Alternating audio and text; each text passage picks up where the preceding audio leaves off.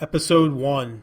We'll be talking with Brian Cooney, church worship leader, sharing his journey of salvation from playing in a rock band to leading worship in a large church setting. He'll be discussing CEO-style corporate church and living both inside and outside that bubble, and how the bubble doesn't work outside the bubble.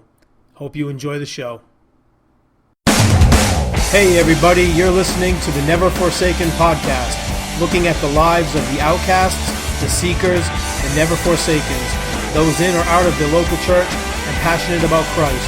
The show is broadcast weekly, and show notes and more information can be found at neverforsakenpodcast.com. I'm your host, John Robinson. Let's get into the show. Brian, I'd just like to welcome you to the podcast. Maybe in 1995 is when I met you. We can maybe kind of start there, talk a little bit about what was going on at that time, and then if you want to back up, we'd like to hear about how you got to that point. Sure. Yeah, I remember meeting you in 1995. We did, I think I was just starting to do youth or something like that, and I think we went on some mission trips, and you was chaperoning some different trips we took with youth and that kind of thing. Right. Prior to that was 1992 is when I came to the church that we had met in, and prior to that, in like 1990 or so is when I kind of had my experience and got delivered from alcohol, and just my life just totally changed. So I was in this small little Methodist church way out in the sticks of Rhode Island in backwoods, and just had a really good time. It was great. And then things kind of, they started moving pastors around, that kind of thing.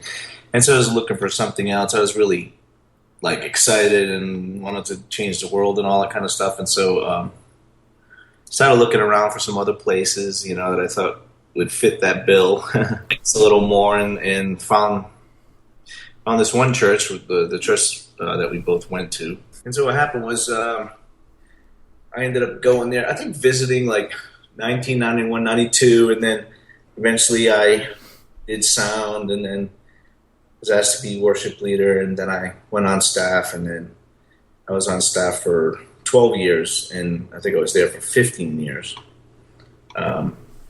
So let me ask you this: being a worship leader, that was kind of normal to you, being that you were in a rock band for a while. I remember you telling me about being in a rock band and playing in the clubs and whatnot. Could you tell me about that a little bit? Yeah, it was like in the 80s. I went to school for music, graduated from Berkeley in Boston, and then I was playing in bands, mostly cover bands through that, but then, started writing my own material with these other guys, and then we started to do some really cool clubs like in Boston, like the Channel and Bun Ratties and everything. And we had quite a thing going there. It was in the midst of that I was doing my searching. My mother-in-law had been, go see her, and she was a believer, and she started to, just talk about her life. Time we go there, we talk and just chat about it, And I grew up Catholic, so I mean, I had some measure of faith, and so I was always interested in God, and that kind of thing. So, one thing led to another, and this 1990 was an incredible year. So. That sounds great. All right, so you were used to leading in the, would say leading music, and yeah. So you ended up going from being in a rock band and all that to leading worship at the church. Yeah. And let's take it from there. Sure. So and just ended up doing that. At first, I just didn't care if I did anything. Just so newly changed, and just wanted to do everything as best I could and as right as I could. And I wasn't looking to, get involved in anything necessarily or try to promote myself or that kind of thing. Then I started to do a couple of little concerts at different churches, like different people had asked me. So I had a friend who was a pastor up in Plymouth, and he had a couple of churches there that he was actually pastoring 2 churches at the time. And so I would go up and do like mini concerts there and that kind of thing. And it was cool. It was always really a great time, and God always showed up, And then when I started to lead worship I don't know if it was just a natural thing, but I don't know. I just got it. Like, I know there was a different dynamic to it, a different technique to it, different, like, all that, but somehow I was able to just pick up on it really fast. And so, and then, learning different things from different people, that were already in it and that kind of thing. So I just kind of grew in it. Then I started leading worship all the time. At one point I was the only worship leader for at least 5 years straight, doing like 4 or 5 services a week and practicing Saturday mornings and Mondays or Thursdays. So there was a lot of time spent doing it, So does that come with its own price to pay, I guess, is what I'm asking. Like, I can remember, seeing a guy like Brian Cooney, worship leader, and he's always in the spirit. He's always around the presence of God. He's so anointed, and there's this kind of like a status symbol. I don't want to say rock star kind of thing, but kind of goes with that. And like, wow, this guy must be really like close to God and whatnot. Would you say that's the case, or would you say that's far from the truth, or is it somewhere in the middle? It's let me say, when you're in a larger church with like a lot of excitement, that kind of thing, and you're up on the stage or whatever, people would tend to think that, they tend to make you higher than you are. At the same time, since you're involved in it so much, always around it, there's also like a healthy pressure to be good, Whereas if you just, showing up on Sunday and, well, it's probably, so in some ways it's a little less challenging, because you're always around, you're in the church, you're always around other Christian people, it's like it's more easier than if you, had a secular job, I think. But as far as me being any better than anybody else or holier, that was just definitely not the case, just Sure. am who I am and everybody else, So, but I think that's kind of what we end up doing to people, whether it be a pastor or a leader or some speaker or some guy who comes through. We always end up like thinking they're superstars or Superman or that kind of thing. And I think that's where we get off. But we tend to, as humans, do that. Right. Put people on pedestals and that kind of thing. So does it sometimes become like where it's more just a job, or, I mean, is there times when you're up there and you were, leading worship and your mind is elsewhere, or you're thinking on different things and completely worldly, I guess? Yeah, I mean, my mind can drift, but I think because I was leading a lot, I didn't really have much opportunity to drift, because I had to kind of be focused on what was going on. But I do remember after doing it for like a decade or whatever, that just getting burnt out. But I think can be that way with anything. But I think mostly it was the part too of the amount of pressure that was put on a worship leader to quote unquote, bring God down, which I'm not as sure I even agree with that terminology anymore. But there was such pressure on that, and so like certain folks would be trying to whip it up or whip you into shape or project, come on, and all the time. So picture doing that like, how many 100 days a year for like 10 years. It tends to wear on you after a while, It tends to burn you out. So talk about that a bit, because for some people it might not understand what does that mean, bringing God down or anointing and whatnot. Well, in certain realms of like Christianity, for instance, there's certain, like, I don't know what word to use, not sect, that sounds like a negative thing, but I mean, there's certain like streams of Christianity that people kind of more, like they just kind of come as they are, lead worship, sing a song, and there's not a lot of pressure. They're just kind of relaxed in it and all that kind of thing, and it's just more of a kind of a corporate thing. We're all doing this together, and and then there's other sects that, like particularly in the faith movement, where there's a lot of pressure to like get to this certain spiritual place, and I understand that, and somewhat agree with it. I've still got questions about it, but I know there's something about breaking through a certain barrier, and I don't know if that's just about when everybody gets on the same page in a worship service, and there's like a unity, and that starts to make things like you can feel a change in the atmosphere, whereas some people are sitting down, some people are sleeping, some people are, that I think the atmosphere in some way is determined by the amount of focus that people have on what they're doing. And I think that's like that in just about anything you do.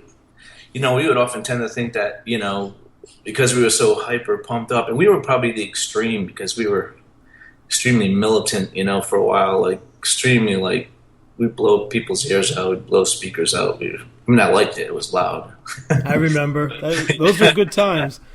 Yeah, it was great. And I liked it. It was like a rock and roll church, But it was, there was such a lot of emphasis placed on, well, if we don't get to a certain place, then we failed, And whereas other places we go and it just seemed sleepy, and we would always judge them as, well, they don't really know how to. I mean, they need to learn from the best, how to right. worship, that kind of thing, and which is wrong, But I won't knock the fact that for some reason I can't quite figure out, put my finger on it yet. There's something about people being really serious and dedicated and devoted in a worship service and focused that creates a different environment, that I think God moves in. And I just don't know if it's hunger or unity or what it is, but as opposed to when people just show up and like, whatever, man, and, I think I've noticed differences in the atmosphere, So, and I thank the church that I've learned that. I didn't appreciate the prodding all the time, but it was good to learn that aspect of things, Now, if you can only get there in a non-controlling way.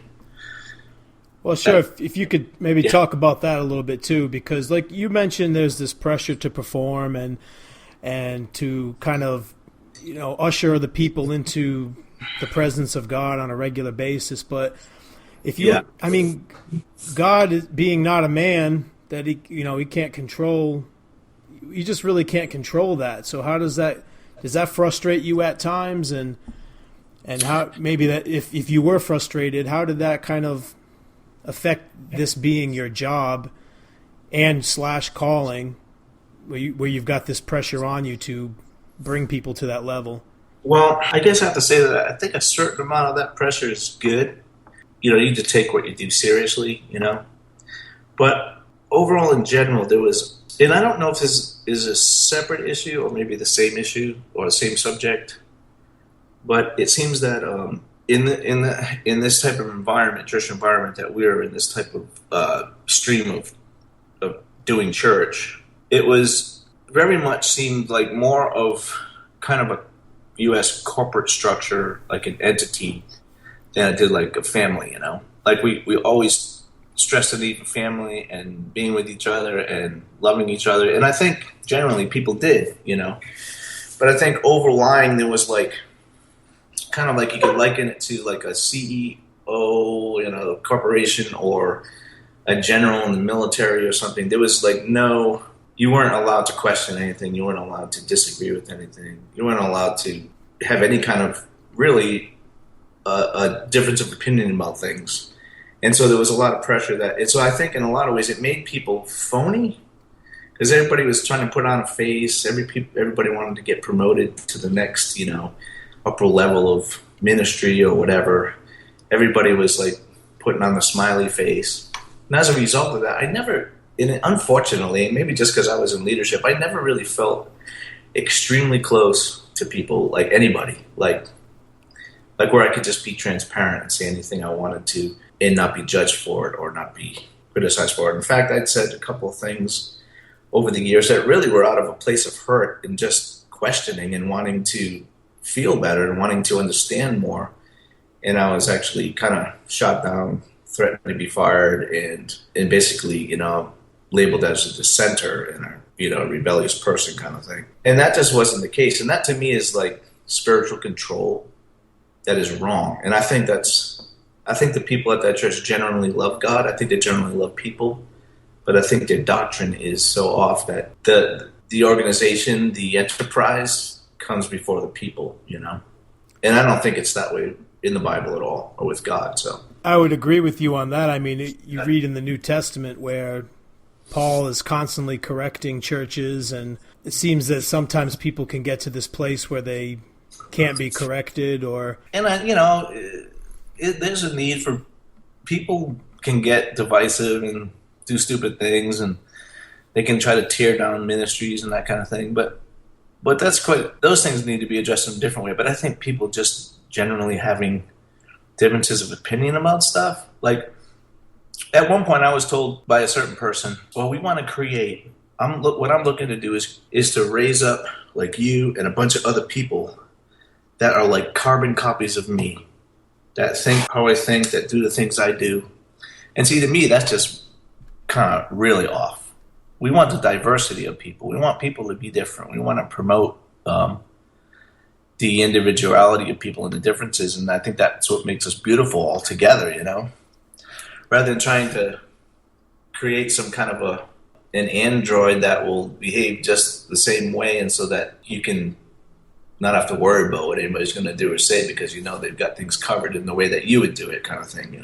That's all corporate. Like I've worked for Coca-Cola, I've worked in different places, and it's almost identical, like the mindset, like let's keep it up, let's keep it moving, let's keep it positive, we got to speak positive words, let's keep it. And it was just like that in any corporate environment, and I saw the same things in that church. It was the same kind of philosophy. Like nobody was allowed really to be able to just sit and express sadness and grief and emotion.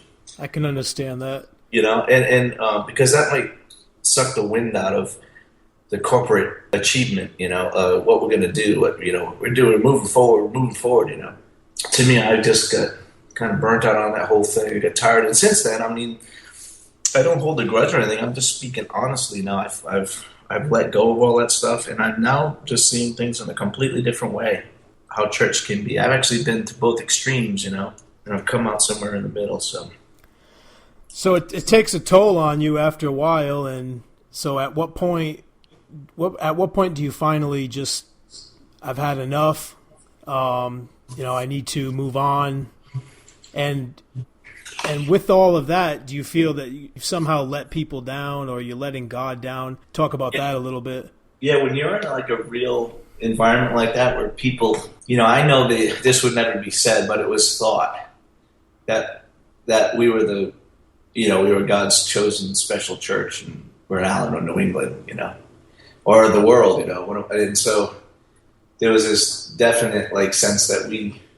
had it all together more than other people did, or we understood the deeper things and all this kind of stuff, though it would never be said, it was always thought.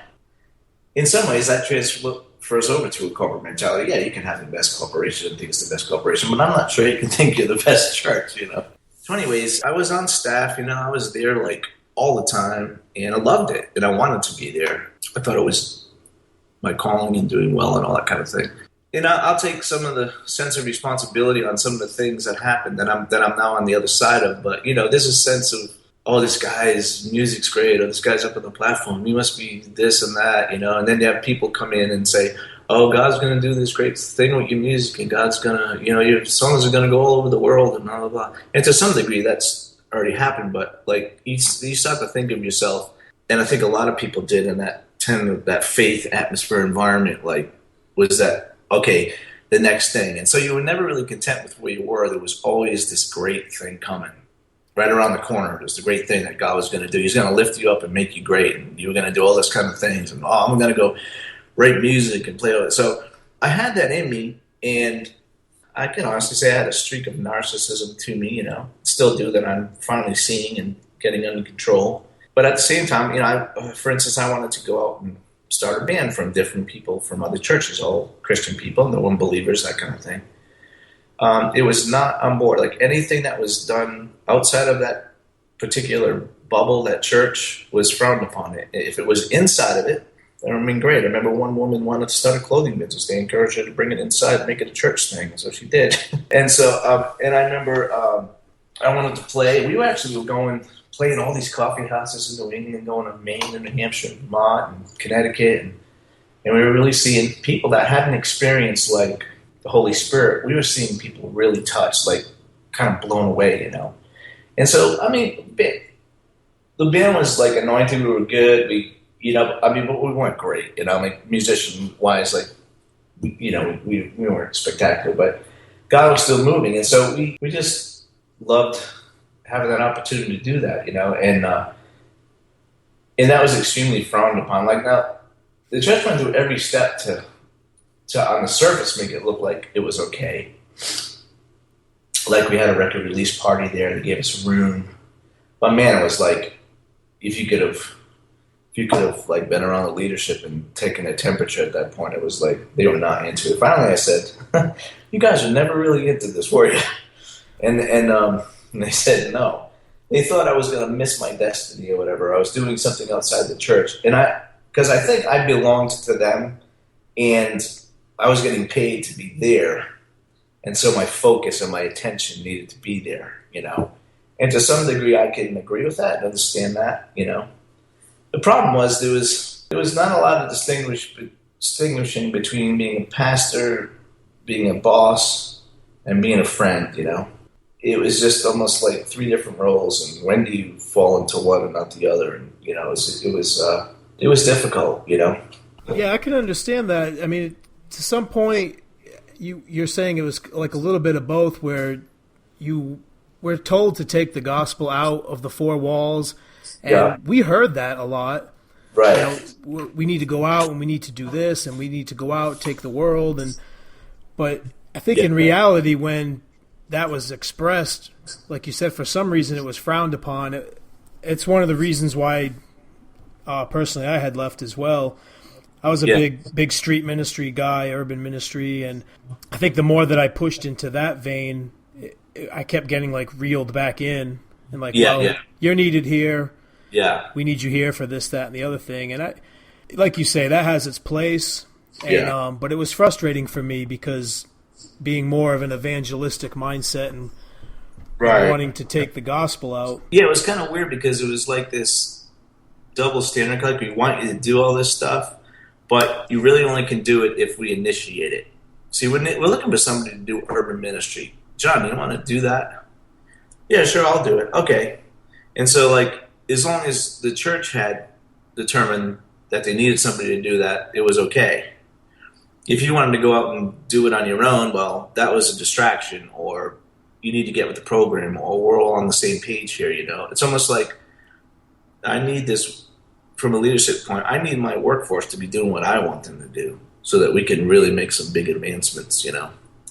And to me, that was just off. Like, right before I left, I had mentioned the scripture. I said, you know, that the office of, was it the pastor, the teacher, apostle, prophet, and whatever, right, evangelist, they're to equip the church to do good works, for works of service. And that's what I kind of said before I left, because I said it seems like the job of the leadership of the church is to equip people to do good works, not to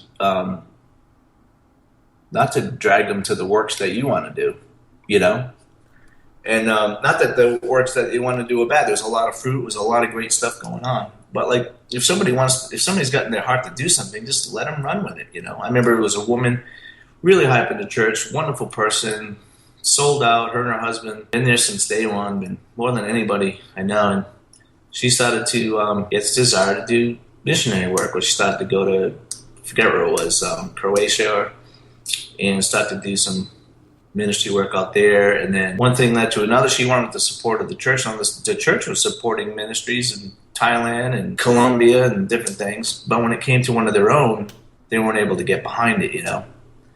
And I don't know why that is, other than only thing I can think of is that because those people were assets to the church, and their time was a lot of the time was being spent somewhere else, not doing things within the church. And I think that's why it was frowned upon, you know. So how does that affect you as a Christian, or, you know, I know who this person that you're speaking of is, or myself, or any of us. How does that affect you personally, and then how does that affect your walk with the Lord? Because you're living this certain, I'll call it churchianity, you know, church lifestyle. You're living this churchianity for a while, and you're eager to do things, and then when that's kind of shut down, and how does that affect your personal walk with Christ? Well, I think originally you're made to feel that there's something wrong with you, that's you're egocentric or you have self-ambition, And I'm not going to deny that I did have some of those things, time to time for sure. We all do. But you're made to think that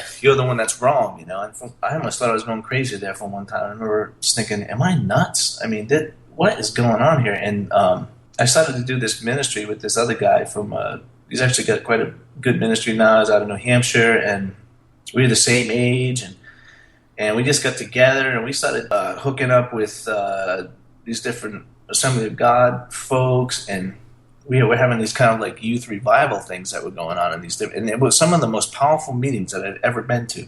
Well, that was, since I was doing that was clipped back. Their pastor ended up kind of being the same role as our leadership and saying, well, he's going to go off and do his own thing, and we don't like this, and Brian's corrupted him, which I had nothing to do with it. It was his idea in the first place, and I was with it. And I ended up, I think, being closer to this guy, this kid, good friend of mine. I still talk to him now and again, than I have ever been to anybody in Christianity, We just clicked, we just hit it off, we understood each other. He preached, I was the worship leader. We just had some of the most powerful and incredible meetings with youth, like just coming to God and just healings and all kind of stuff. But since it was outside of the realm, something different than what our two churches were doing, it was totally clamped down and squashed. And what happened was, my friend, he didn't let it get squashed. He ended up leaving his church to start his own thing, which I don't blame him for, If just think of the support, if we would have got the support from both of the churches, how much that could have been a good thing, Sure. It's crazy. So people get stifled, and I'm not trying to be like Mr. Negative guy. No, I know, right. Like you said, we're past that, but it does affect people to the point. I know for me, it affected me where I left, and I spent many years wandering. Oh my gosh, me too. Kind of being a nomad, going church to church, but not really finding anywhere to fit in. Because my lifestyle and my culture for 16 years was, and my identity was found in this place, and all the people I knew, and the kids my kids grew up with, and all this stuff. And then you come to realize that whatever works inside that bubble doesn't work outside of that bubble. Sure, right. And so you're looking for the same place you can go that's similar to it, but yet you don't want the negative things of it, like the control and all that. And so you end up, and a lot of times you come out of there feeling guilty, like it's your fault. You're ruining your family because you're pulling out of. I was told to me, well, I would hate to see you shipwreck your family. Right. I would hate to see you miss your destiny, if I left or whatever.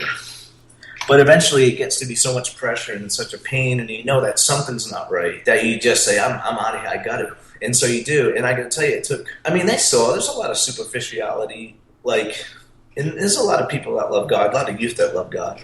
But there was a lot of pressure to perform and do this and do that. They could see the people that were being performers and not. And so they got to see, the truth of, are these people, are their actions following what they're saying, Just did and honest and open about flaws, about difficulties, about sadness, about hurts, to be able to express all of those things in a supportive environment where people were with you, and no matter what you were feeling, even if you were angry with God, even if you were not believing, even if you were this, you wouldn't be judged for those feelings because they happen to everybody. They're biblical. Right. If you would have been in that environment, sure, nurturing to that way, I think things would have came out a lot better, Well, it's funny you mention that because, you read in the Psalms, and the Psalms are brutally honest. Feeling forsaken, feeling that everything's against you, feeling that even God's against you. And, but boy, to acknowledge that as your own personal feeling, kind of not a good thing. Even though it's scriptural, it's biblical. And, right. You're supposed to get over it in 2 seconds. I love what you said on Facebook about Kevin Prosh. He went to a bookstore to find Kevin Prosh CD, and they'd taken them all out because he was in adultery or something. And you're like, did you ever read the Psalms? Yeah. It's like we have to take. Yeah, David was in adultery. I think we'll have to take all the Psalms, tear them all out. That's right. Yeah, get rid of them.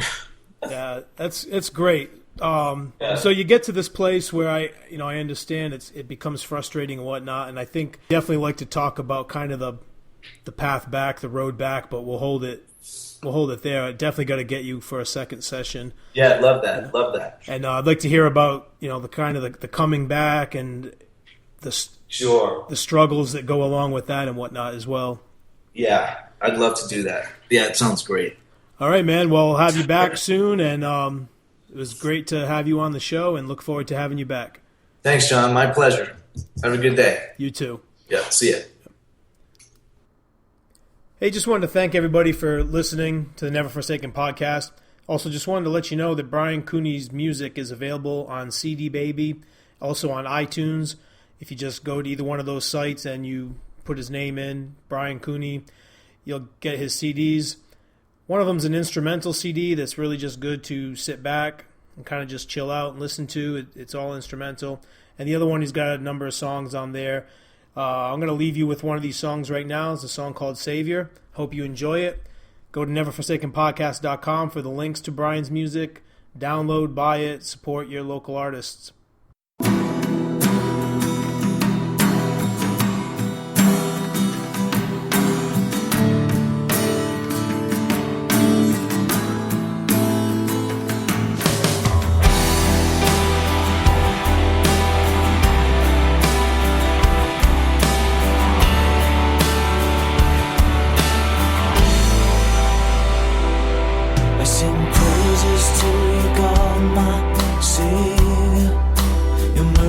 Never ends.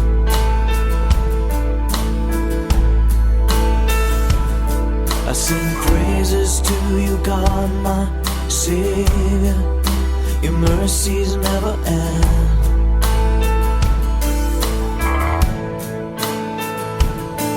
You set the prisoners free and restore our joy.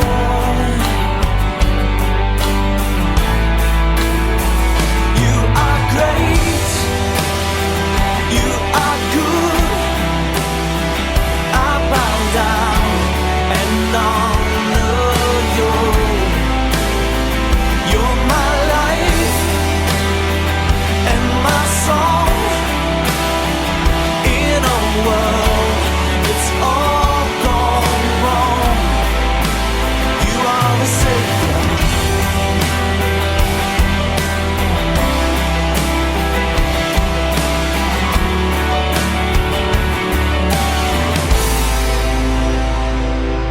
Sing praises to you, God, my Savior. You carry me in your arms.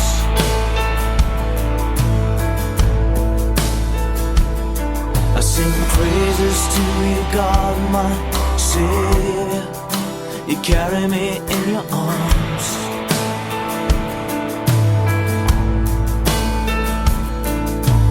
Father to the fatherless, defender of the weak.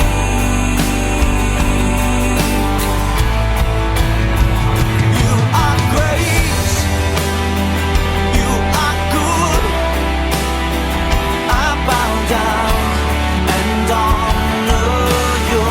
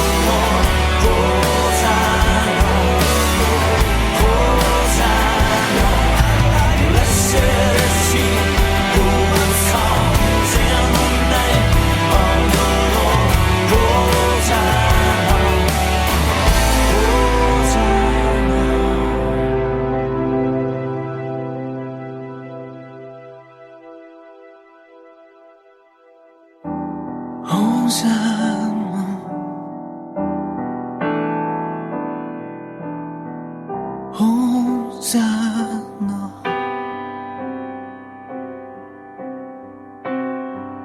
Glory in the highest to you,